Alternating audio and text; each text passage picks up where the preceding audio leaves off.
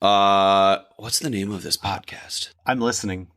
Well, not the podcast. What's the name of this episode? Workplace. The Workplace. Is that a good one? Listening in the workplace. I'm listening in the workplace. I think so, yeah. We spend a lot of our waking time at work. So for the sake of this podcast, we're talking 40 to 50 hours of your week, Monday through Friday, that you are at this place doing a job and getting paid to do it. Is that the definition? Is that what we're rolling with here? I think so, yeah. The place you go to do a job and you get paid for it. How many people are in your business, Drew? Well, I mean, lots. But there's only one. There's only one founder. Only one. Only one. So, yeah. But I've been in that world. I've spent lots of time in that world throughout my life. Yeah. And you know what? Some have been really, really good. Some of those environments, even hierarchical, bottom of the chain, middle of the chain, supervisor, supervisee, et cetera, they've been fantastic. Mm-hmm. Others, what's the opposite of fantastic? Unfantastic. A couple others have been unfantastic. Nonplussed. It's been below average. It has been a subpar, below average experience. There you go. Okay, so you've had experience in different levels of a workplace, from frontline to leader of people to middle management to upper management to what have you. You've played all those roles, and now you get to work with people as the outside coach or consultant coming in to help give them guidance and coaching in those areas. Right? 1,000,000%. I've spent my entire career in the nonprofit industry, so this isn't even in the corporate world. Sure. That's the world that I'm in. I've been in that world for 20 plus years, and I've seen how it works really, really well. I've tried to mimic that in the work that I've done. Now I get to help others in a variety of capacities to be supportive in that work environment. How about you? What's your scope here? Yeah, nonprofits for sure. I've worked in government agencies, I've worked in education, I've worked in healthcare, and I work with clients in many different fields, be it from large global companies to small local mom and pop companies. And there is an underlying thread to whatever industry you're in when it comes to the workplace, and that is listening. Oh, see what I did there? Boy. Holy shit, that was amazing.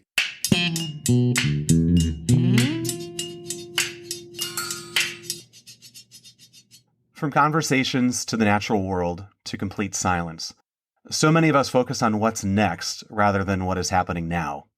I'm Listening is a podcast that dissects the importance of listening. I'm Drew Richmond. And I'm Brant Christofferson. And this is I'm Listening, a podcast simply about the skill of listening.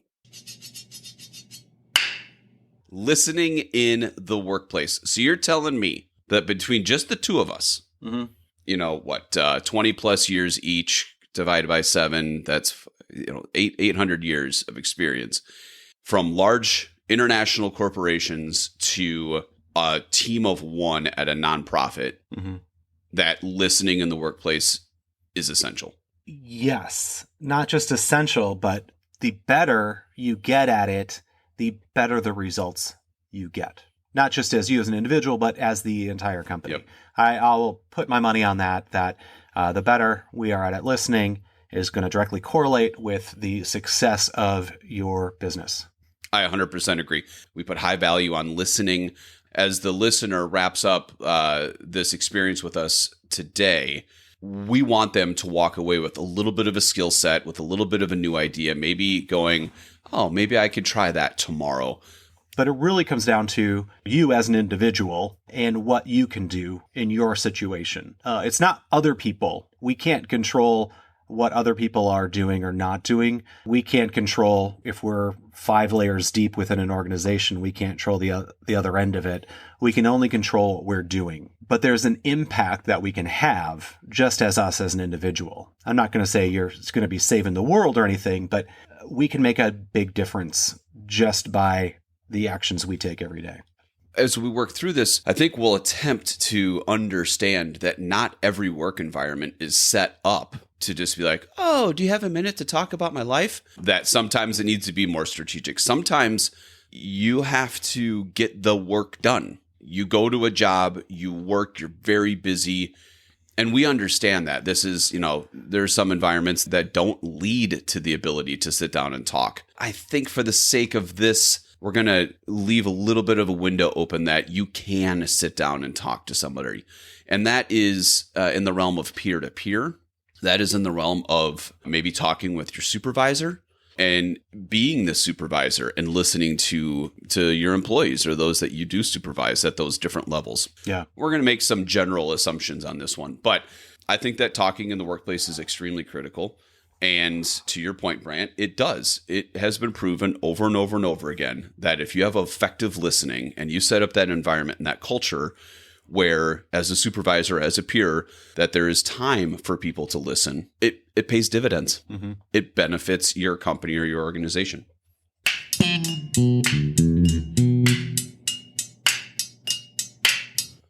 I'll speak to what my experience is. The environments that I have been in, because I've supervised people, I have made myself available to listen. It might be about work. It might be about life. It might be about pets, whatever it is that's going on. I've made myself available to listen. That has been a huge component. What I have found is that helps with relationships with my employees. It helps build the culture of openness and honesty and transparency. And it also helps retain those staff members to the best of my ability because you've formed a relationship with them. To the opposite, I've worked in an environment where talking and listening in the workplace about work and or about life has been shut down, aimed to be eliminated, and that has had a negative effect on the culture and has had a negative effect on the work being done, productivity, et cetera, et cetera. Yeah. So, Drew, as a manager, how do you find the time to listen in saying you're available? If I've got work to do and I'm busy, I don't have time to listen. I got to get work done. How do you have availability to be able to listen to people? Because they're going to come in at any time and they're going to want to talk about anything. And you've got to shift out of what you're doing to be able to listen to them. And that can take up a lot of time and it can take up a lot of energy. How do you do it? Two things. Having that quote unquote open door policy, which is stupid. Just cut that from the podcast. I don't even like that term. Open door policy. Knock on the door. Hey, do you have a second? Which usually turns into 20 minutes. Yep. Is something that I actually train supervisors that if they are at 100% capacity with their workload, and that does not include time built in for their employees or for themselves to go talk to others, they are not an effective supervisor. Their capacity should be at 70% so that you free up about a quarter of your time for the knock on the door. It's 30%. For the we're going back to the math thing again. I was rounding. God, 30% is available for those discussions because I believe that is that critical. Yes, you're busy. And I'm not talking every day, right? You're not sitting there like doing a calculation of, but when you plan out your work week or when you look at your workload or when you have time to reflect on the work that you're doing, are you leaving yourself enough time for the knock on the door? And when people knock on the door, are you able to say yes? And are you present with them? And if you're not, you can say no. It's not like you have to always just drop everything, but you can say, hey, right now is not a great time, but how about if you come back at 4? But I actually have trained people to put themselves at a 70% capacity to leave time open for those conversations. That's how critical I believe it is. I like that. And I can put myself in the shoes of that manager, and I can also put myself in the shoes of that employee, right? So as a manager, when someone's coming to knock on my door and I'm like, I don't have time for this right now, that's telling me my capacity I might have a little bit too much going on. I need to dial that back to make sure I'm making space. I've also been in those other situations where someone knocks on my door and I'm like, hey, yeah, of course, let's talk. Sure, I've got a lot of work going on, but like you coming to talk to me, this is why I'm here. This is important. And I'm going to make this happen. It's part of the job. And I've seen a couple of job descriptions over the years. I don't see a whole lot of categories that state and free time allowed to talk with your employees as necessary. Right? Those don't fall into job descriptions. Job descriptions are, this is the job, this is what you need to do, yada, yada, yada. So nobody really talks about it. Nobody really lays it out. in terms of, oh, and by the way, keep 30% of your day open, for communication as needed. Nobody puts that in a job description. No. So it's hard to do that, but I think it's an important skill. And it's hard to measure maybe it's too, not in the job, right? If your job description says you need to do this, and if I'm not doing that all the time, but I'm doing other things, how do I say, well, this is an effective thing? This listening thing that I'm doing, this has got a return on investment. So this is why we're talking about it. How do you measure effective listening in the workplace? It's by appreciation. Okay, hard to measure that. But as a supervisor or as your boss or as your, whatever, to whatever degree you're getting evaluated on this, we need to quantify it, right? So we sit there and go, well, how's your staff retention? Mm-hmm. How are staff satisfaction surveys going? Sure. Any sort of culture measurement surveys. We have to quantify it and say, you're getting a 7.8 out of 10. Great job. Mm-hmm. You're ranking in the 90th percentile of staff retention. Great job. But nobody says, oh, you're such a good listener. No. You scored a 9 out of 10 on listening. That doesn't exist. We have to quantify it somehow so that we can feel good about ourselves. But what's actually happening is the trust level and all of the other things that are occurring in the workplace because you are a good listener or you put value in that. I think that employee engagement that you're talking about is kind of like the first layer of metrics of measuring things. I think we could go beyond that and look at error rates, risk management. We could even get into probably tying it to numbers in regards to how successful the company is being. And I know I keep going there. Actual productivity. Actual productivity, right? If you've got people, they feel like they're in a safe environment, they feel trusted, they feel listened to, they are more capable now of really engaging in their work. It is more meaningful to them because they feel like they're part of something, and more work's going to get done, period. And that's because you took the time to listen. You took the time to make someone feel included. There's this study I was just looking at, and it says, the more you listen, the better employees think you are at giving feedback. So you're listening, the employees are like, wow, I'm getting really good feedback from them. Yeah. It's such a great point. Giving feedback, constructive feedback, is not an easy task. Those that are exceptionally good at it very likely have set up that relationship, have been very good listeners, and have built that trust within their team. And just because you trust somebody doesn't necessarily mean that they're going to perform at the highest level. But because you listen to them, there's a certain level of respect. They will likely work a little bit harder for you, go that extra mile, increase that productivity. But if they are slipping, or if they do need corrective action, or there is some sort of performance issue, and you need to give them that feedback, the likelihood of them listening to you and taking that on and reversing those negative actions is way higher if you're a good listener than if you shut them out, don't listen, and don't give them time to talk to you. And all you do is either say great job or poor job, and you keep moving on. You've used this word twice now, and it's relationships. That word, it can either mean a healthy work relationship, or it could mean an unhealthy work relationship. I'm curious, when you're saying relationship, what are you looking at? What are you talking about?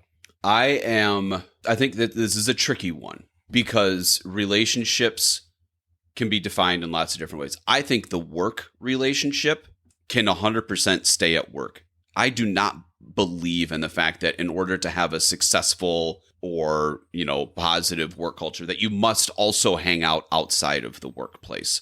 I don't think that has to happen. Now, you can go do lunch together or something like that, but you don't need to spend evenings together or go grab beers. You can if you want to, but I don't think that's a requirement of ensuring that you have a great work team. I think work can stay at work, and then y'all can go home at the end of the day, and I'll see you tomorrow. Mm-hmm. But those relationships, we've talked about this in this podcast multiple times. What are the different components of building these relationships?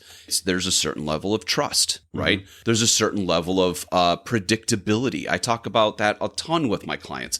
Creating an environment of predictability so that when you go in tomorrow, you kind of have an idea what to expect versus I have no idea what to expect every day, and it puts me on edge and it causes all kinds of shitty anxiety. Yep.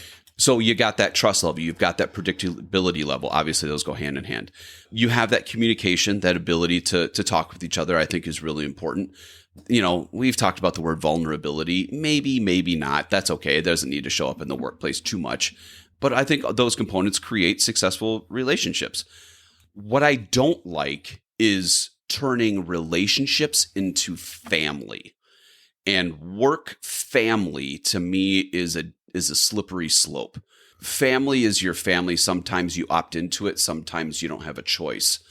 Work is 100% optional. You can leave them at any time, and they can ask you to leave at any time. You can't really do that with family. So I'm always cautious of this is my family at work. I think you can have strong relationships and not have them be quote unquote family. Mm-hmm. Interesting. Yeah. Because you've got a boundary there, right? You're kind of drawing that line of saying, okay, I can have an authentic working relationship with somebody, have deep understanding there, but we're not going on family vacation together. No, we're not. And I'm not cooking you meals, and I'm not picking you up, after school, and I'm not, doing the other things that doesn't, there's a line there. And I think that's a healthy thing. Sure. I think if you turn into family at work, it almost creates this overcommitment, and that can be tricky. You might be holding people back. Well, this is my family, and I don't want to leave, even though I got this opportunity for promotion somewhere else. This is my family. I don't want to leave them. Okay. Well, that's great staff commitment and all those other things. But if you have an opportunity to leave your family so that you can better off your actual family or yourself, then you should, take that into consideration and not just feel like you're letting them down because you're never supposed to leave your family. Mm-hmm. Generally speaking, we can't just leave our family to go get a new family. Some people do, and that's fine. But it's a little more tricky than if it's a contractual work agreement. And last I checked, I don't get paid to manage my family. I actually spend all of the money I do make managing my family. There you go. I recognize that healthy boundary, but I've also been on the other side of it, where I've been part of a work group that feels like family. And I've seen the healthy benefits of going there. And I've also seen where it can go horribly wrong. Suddenly, when you're treating someone like family and now you have to let them go, man, that is really an impact. To fire a family member, that's really hard. That takes a impact on the morale of you and everyone else around you. It can help in the sense if I have to fire someone that I'm close with, there hopefully is an understanding and mutual respect that's already established, and it's understood why this is happening. Where it can get confusing then is if I fire someone and outside of work, I'm still going to hang out with them, and we are talking about work still, things start to get really confusing. So there is a place that I think each of us have to figure out, where is that healthy boundary for us between work and not work when it comes to those work relationships. Yeah, that's a great point with the whole family thing too. And I think that goes back to what are those boundaries? And I think that can fall into the listening thing too. 2 points here. If you're getting texts from your boss at 9:30 at night when you've been home for 3 hours or 4 hours already, is that a healthy boundary? No. If you're getting texts from your family at 9:30 at night about whatever the topic is, that's probably okay. It talks about that cutoff point. You don't have to go out, in order to have an effective workplace, you don't have to go out and have beers after work every Friday night, right? Mm-hmm. You can choose to do so, but that's not a requirement. And I think so too with those boundaries in listening in the workplace is not sitting there spending 4 hours a day listening to everyone. Or about everything, right? Or about everything. Exactly. You have to have boundaries in terms of whatever your girlfriend, boyfriend, partner, what if it gets too personal, even though that's having a negative effect on their productivity or their mental components or whatever it is, you can sit there and listen, but you also have to be able to say, look, we're digging too deep into your private world. I know that you need somebody to talk to, but I don't think I'm the right person for that. Correct. That's okay. There's nothing wrong with that, and doing it in a respectful manner. You can be a family, but just change that definition slightly where it has a family feel, but it's not your actual, definition of family. Yeah. Because of those boundaries. Because of those boundaries. Yeah. The workplace construct is really interesting, right? We go to work. One, there's the transactional level of I go to work to get money, right? But I also want to go to work to feel like I'm contributing to something, right? I have some kind of skill or ability and I'm able to give something to the world, right? And if I'm spending most of my day here, I also want to feel like I've got a sense of belonging, that I belong here, that I'm not just, I don't know, going through the motions, these people. If you are sitting at work with people all day, there's got to be a little bit of small talk, a little bit of banter going on where we're just kind of shooting the breeze because I can't the old water cooler. The old water cooler talk. Exactly. The old water cooler talk. But there's that spot for kind of blowing off steam. It's the pot of coffee in the kitchen. Yep. Yeah. And I think finding those boundaries and finding that balance where the culture that you've all created allows for that to happen. But then everybody knows that it's also time to get back to work and it doesn't just turn into half of your day is just chit chat. Yeah. And we've been looking at it from the eyes of a manager before, but this could be from the eyes of anybody. When I'm coming into work and I'm interacting with someone, if I start talking with someone about some family issues that they're going through, and I am getting deeply absorbed into it to the point where I am not focusing on work anymore, suddenly I've gone a little too deep, right? I've maybe gone a little too far with that relationship at work where I need to be able to pull back a little bit and say, hey, you know what? Maybe at break time or after work, we can talk about this. Or you don't, as an employee, right? I don't have an obligation to go and watch your kids after work. Right. But if I want to, and if I feel I need to, I can do that. But as soon as it starts impacting my work, I need to reassess for myself, what am I doing here? Right.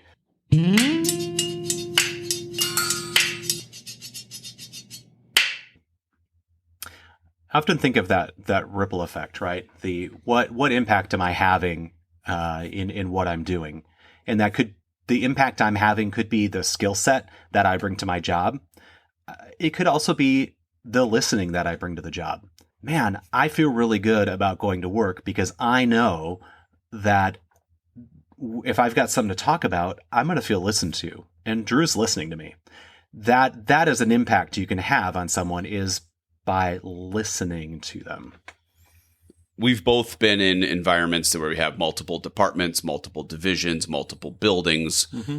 You talked about that ripple effect. What have you seen in your experience, what that does to not just your people that you supervise, but to other departments, other building, other branches, other fill in the blank that you aren't responsible for? Mm-hmm. Yeah, there's listening to the people that we work with. You can do a lot more too when you are known in other departments that you're someone that they can come and talk to. Experiences I've had in companies with other departments, crossing that line and going and just connecting with someone, right? If I'm in HR and I've got some HR software that isn't working correctly and I need to go to IT, I want to be listened to when I go over there. I don't want to just be brushed off. Mm-hmm. Same goes the other way, right? That you want to be the person that is listening because they're going to say, hey, this person listens. I want to go talk with them about this. We're now helping set up some more of those relationships and bridges cross-departmentally that are, I think, helpful within the company. The more you have those connections or relationships with different people in different departments, I don't know, the more ins you have in regards to making the effect that you want to make with whatever you're doing. Well, and the cross-functionality of departments, mm-hmm. I'd imagine that the more there's communication, there's more that there's listening, the more that there's crossover in understanding, not necessarily responsibility, but just understanding and communication. I'd imagine that is a goal, right? Like that there's a higher level of productivity, retention, et cetera, the more that you have that cross-departmental functionality, I think is a good thing. So, and that can happen. The opposite of that is called siloing, right? When we've got departments that are so siloed, they're not communicating with each other, and there's redundancies happening, or there is frustration building up because they over there did this, And now we have to deal with the othering. The othering. The othering. They don't know what they're doing. Mm-hmm. So I think there's two things to unpack here, if we can, just briefly. Now you have what I would call more peer-to-peer communication, right? So the head of marketing is talking and listening with the head of HR. Sure. They have somebody to listen to. Man, this is happening in my life. This is happening with my department. This is happening with our boss. Those types of things. Now you have that peer-to-peer discussion. I think that's extremely healthy if it helps productivity and it helps your mental ability. Or, God, I've had 5 employees come in my office today. How about you? I've had 7. That sort of thing, and working through that way. I believe that is a huge piece to it, and I believe that leads to organizations and companies achieving their goals a little bit more if you can have that relationship with your peers.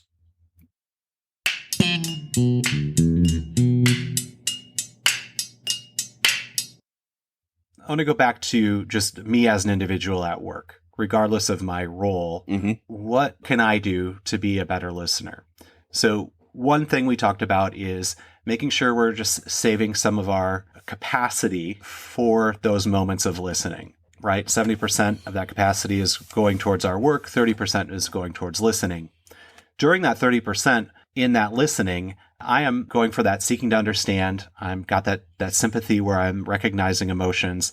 I'm also recognizing I've got a boundary there somewhere where things might go a little too far, and I've got to figure out where to stop those. Okay, what else am I doing besides carving that time out, knowing I've got boundaries? What are some other things that I'm doing? Well, there's a lot of different ways you can go with this answer. I think you could just be an ear. Mm-hmm. Sometimes I just need you to listen. I just need somebody to listen to me. Wait, you don't want me to solve all the problems for you? You just want me to listen? Sometimes I need advice. Ah. Sometimes I don't. Yeah. If I'm talking to you about this relationship at home and it's crossing boundaries, and all of a sudden you dive in and you're just like, well, you need to do this and you need to, sometimes that doesn't help, right? And that crosses that line of now you're giving personal advice, but sometimes I need you to tell me that, mm-hmm. right? It's weird. It's a tricky thing. Being the listener, you have a responsibility to understand, be in that moment, but also understand, A, is this crossing a boundary? If it is, then I need to back it off. B, if it's not, and I'm comfortable with what's being discussed, what do they need from me? Mm-hmm. I've said this a lot. What do you need from me? Yeah. What can I do to help? And that's an okay thing. And then you got crystal clear expectations, right? I just needed you to listen. And this has been so helpful. Thank you so much. I just need you to get this off my chest. I'm going to go back to work now. Great. What do you need from me right now? I mean, I don't know. Have you ever been in this situation before? Is this something that you've dealt with? There's an open door for some advice. And not everybody, this is why we have this fucking podcast. Not everybody is exceptional at listening, and nobody is an expert at it. No. Right? So if you value the skill of listening, and you are listening to this podcast right now and you're going, I get this. Like, I get it. Build that skill set. Yeah. Right? You're not perfect at it. And if you think you're perfect at it, you're probably bad at it. Right? But if you find value in it and you want to get better at it, each situation is going to be a little bit different. You have the opportunity to help others and to create that environment that you're looking for. Practice it, Mm-hmm. Practice saying, was that a boundary that was crossed? Yeah. Am I comfortable or not? Yep. Practice asking them what they need from you right now. I just need you to listen. I just need an ear of 5 minutes. Okay, great. Practice timeframes. Is a 5-minute conversation okay? Is a 10-minute conversation okay? Is a 25-minute conversation okay? Is a 35-minute conversation okay? Right? And that frequency and all those things, practice that stuff and say, I just feel like I'm listening a lot at work. Maybe it's exceeding that time frame that I have allowed to be able to do that piece of it. Yeah. Practice it. It's okay. And if you screw up, it's fine. Go talk to them. You've probably established enough trust in your relationship to say, hey, I didn't do a very good job listening in there. I'm sorry I gave you advice. Yeah. You weren't soliciting advice, and I just gave you a ton, and it ruined the conversation. I apologize for that. Keep practicing. Keep getting better at it. Yeah. I like that idea of practicing because that's literally what it is. If I'm not trying it out, how am I ever going to get good at it? Right. Right. So let's build and keep improving. Yeah. Let's build this out a little more. So, okay. Of all my capacity I'm giving, I'm saving some of that capacity for that piece of listening. When I'm going into listening, I want to make sure I'm being present in the moment. That's one distinction that you just pointed out that we didn't hit on before, is that being a good listener means focusing on the individual that we're talking with, not trying to work on my Excel spreadsheet or work on this email or do something else. Staring at my phone. What are you talking about? Being present with that person while we're doing it. So setting aside the time, being present with the person, knowing my boundaries, right? The boundaries of what am I willing to talk about at work and what am I uncomfortable with talking about at work. And the other boundary you mentioned is time, right? Hey, I've got 10 minutes right now. I'd love to talk, or I don't have time right now. I want to listen. Can I get back to you on this? So there's that time piece. And then the last piece that we looked at is asking for clarification. What do you need from me? If we don't know, making sure we're asking, so we're not giving something that they don't need. Are they just looking for an ear to talk to, or are they actually looking for advice from you? Exactly. Hey, I want to jump into one last topic here. And we've talked about peer-to-peer to a certain degree. We've talked about as the supervisor. I want to talk about your supervisor. What if your supervisor doesn't have that skill set? What are some of the approaches that you can take going into those situations? I've heard it. I've talked about it throughout my entire career. So, what do you do about that? You've got a supervisor, a boss that isn't listening to you. What can you do? I say two things. One is you behave in the way you want others to behave, right? So I am going to role model what I want to be seeing in others. That goes all ways. That doesn't just go from the top down. That goes from the bottom up. Two is you need to state clearly what you need.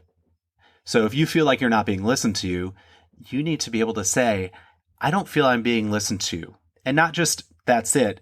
Be specific. What do you feel you're not being listened to about? And talk to that person about it.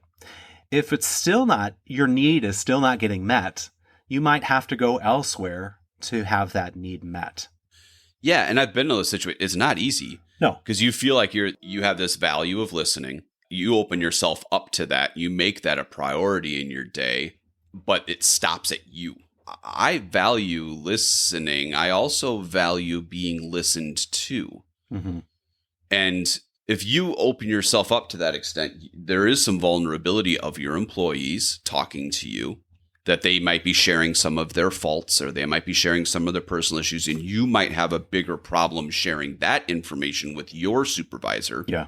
So again, what are those boundaries? What are you comfortable with? And you don't have to just go dump on that. No. But can you effectively set up that relationship with your supervisor to say, hey, it's a really hard day at work right now. I got 4 people in my office and, their worlds are falling apart. Can I talk to you about it? Yeah. I just need somebody to talk to about it. That's hard. Personally, that's really hard for me. I have a high value in listening. I have a hard time sharing. Sure. Right? Like everything's fine. It all hits me and then everything's fine from there. Having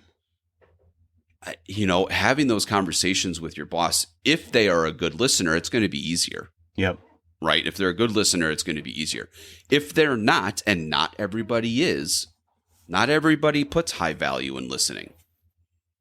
And if that's not a skill set that they have a skill set that far outweighs any of that is an essential component to the business, company, organization, division, whatever that is, what do you need? I'm a huge proponent of, and I know this kind of is going to kill some people, these standing meetings to whatever degree. But it's an opportunity for, hey, let's just sit down. Let's make sure it's Tuesday morning every week. I want to touch base with you. I want to touch base with you about work. I want to touch base with you about what's going on. Even if it's at that level. And it can be kind of this combination of reports, updates, workload. Oh, and by the way, 5 people in my division are really struggling personally right now, and having those conversations and setting that up to be able to have that be a part of that conversation. Maybe that's a tactic that you can have, that there's this, oh, by the way, aspect of these meetings. But if you don't talk to your boss on the frequency that you need, that falls into those expectations pieces. And those can be some difficult conversations to say, hey, look, I know we're touching base once a month. I need to touch base with you once a week. There's a lot going on. Yeah. And that's usually some of the best practices I see are having that routine one-on-one with a supervisor and employee. Having that time weekly is really helpful to create that space for those conversations. That's building it into the system. The second thing, too, are those standing meetings. I've seen a lot of workplaces where they build it in maybe at the beginning of the day. There's 10 minutes at the beginning of the day for that quick check-in. Here's what we're up to today. Here's where we're all at. Here's the capacity I have as a leader or manager.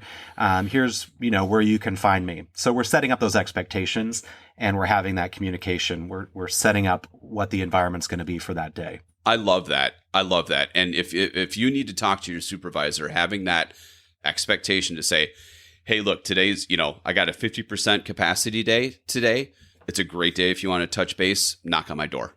Or, hey, today's 100% capacity day. I'm sorry. If you really need to talk, do so. Otherwise, I'm going to be in my office. I'm going to be nailed down at 7 meetings, whatever that is. Mm-hmm. But I love that of this. If you're that boss and if listening can be challenging to you, here's a tip. Set up your day the best you can. Yeah. Or set up the week. Hey, guys, this is a really tough week. I'm traveling a ton. I'm out of the office, 70% of the time. If you need me, shoot me a text, call me, whatever it is, and I'll see what I can do. If not, I'm going to open up next week a little bit more to have, to be able to be a little more available to you guys. Yeah. Oh my God. If that's my boss, I'm going, this is incredible. Yeah. Now they have to follow through. They have to follow through. I know exactly where we stand. I know exactly what your capacity is. And I know that it's going to change and evolve. And I know that Drew's 70-30 rule is, a general thing. Yep. But this person is actively saying, this is a bad week or a bad day. Yeah. Now, if it's a bad month, that's probably on the boss. Sure. But, just to split it off to say, but next week, Wednesday and Thursday at this point are really good if you guys want to touch base. Or you're in an environment where you can knock on the door. Yep. You can knock on the door and say, hey, do you have 10 minutes? This is more of a luxury piece that I don't think all of us can do, but having that one-on-one time, I've taken that a step further, and this is just great, is going on a walk, right? If you can just take time to walk with someone, if it's just down the hall or if it's a walk outside, what I love about walking is that you're actively moving. You're standing next to each other and facing the same way, so it doesn't feel confrontational. You're just able to talk back and forth and also move your body, which is great. So I love the walking meetings. And even, if it's coffee, right? Let's go in the break room or let's go out to coffee and sit and talk. It just helps create that atmosphere where listening is more likely to happen. Yep. Agreed. Yeah.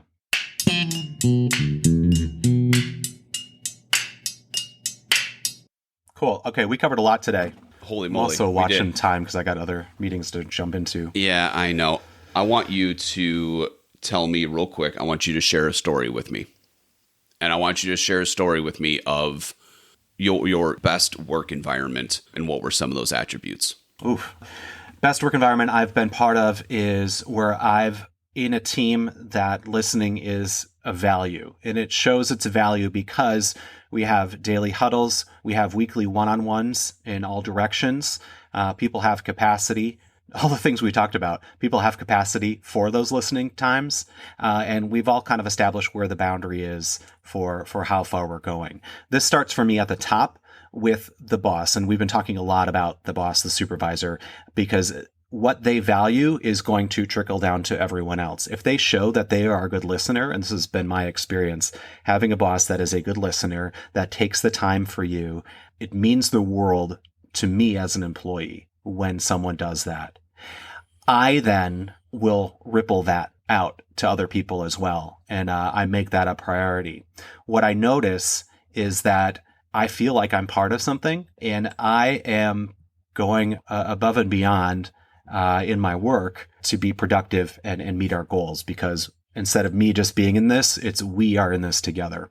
And I think that's the power that listening has when we feel like we're a part of something and we're doing it together.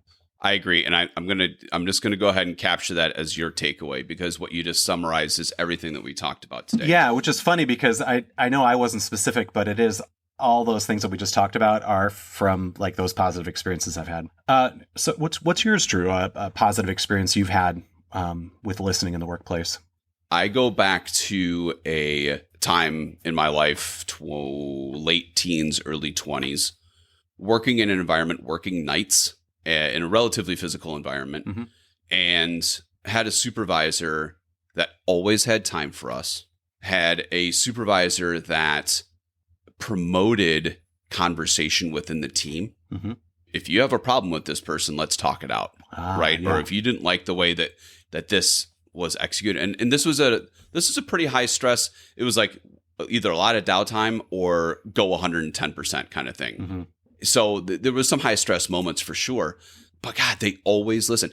And all of that team camaraderie, the work that they put into it, that our supervisor put into it, created this group. And then they were an advocate for us. So that mutual respect for each other and that environment that they set up to create that level of respect, our supervisor, he empowered us to do more, and we can do better, and we believed that, and we kept doing it. But then he took that empowerment internally, and then he was an advocate for us to other bosses, to other, within the company.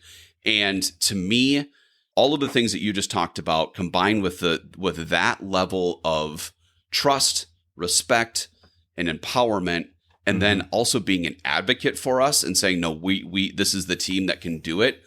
Huge. Yeah. It is. I've worked in lots of different places. I've had lots of different supervisors. He was one of the best. I love how he was one of the best. That sticks out to you, is that job you had late teens, early 20s of a nighttime physical labor job, that it was that person that made the impact on you because of that. That's powerful to me. That's pretty awesome. Yeah. It wasn't a cushy corner office job that did it. It was physical labor, 3 a.m., working nights and going to school and doing all these other things. But it's because of him and the environment that he set up and was an advocate for us. One of the best jobs I've ever had. One of the best working environments I've ever had. That's awesome. Brant, thank you so much. What a great conversation. Yeah. And I hope the listener out there can take something. You don't have to take all of it. You can if you want. Take one thing and practice it, implement it, talk to your boss, talk to your employees, talk to your peers, and incorporate listening into your work environment. It is proven over and over and over again that it creates a better work environment, productivity increases, and everybody is happier in the workplace. Love it. Go ahead if you're listening to this podcast right now. If you're still listening, in the podcast description is a link to send us feedback. Tell us, what are you doing right now at work? What are you going to be practicing at work to be a better listener? Let us know. We want to hear about it. 100%. All right, Brant. Thanks so much, buddy. Peace. That was good, Drew. We'll talk next week. In the description of this podcast, you will find more information and a list of any of the sources that we used. This podcast is created and produced by Drew Richmond and Brant Christofferson. Editing by me, and the I'm Listening theme music by Drew. That's me. That's you.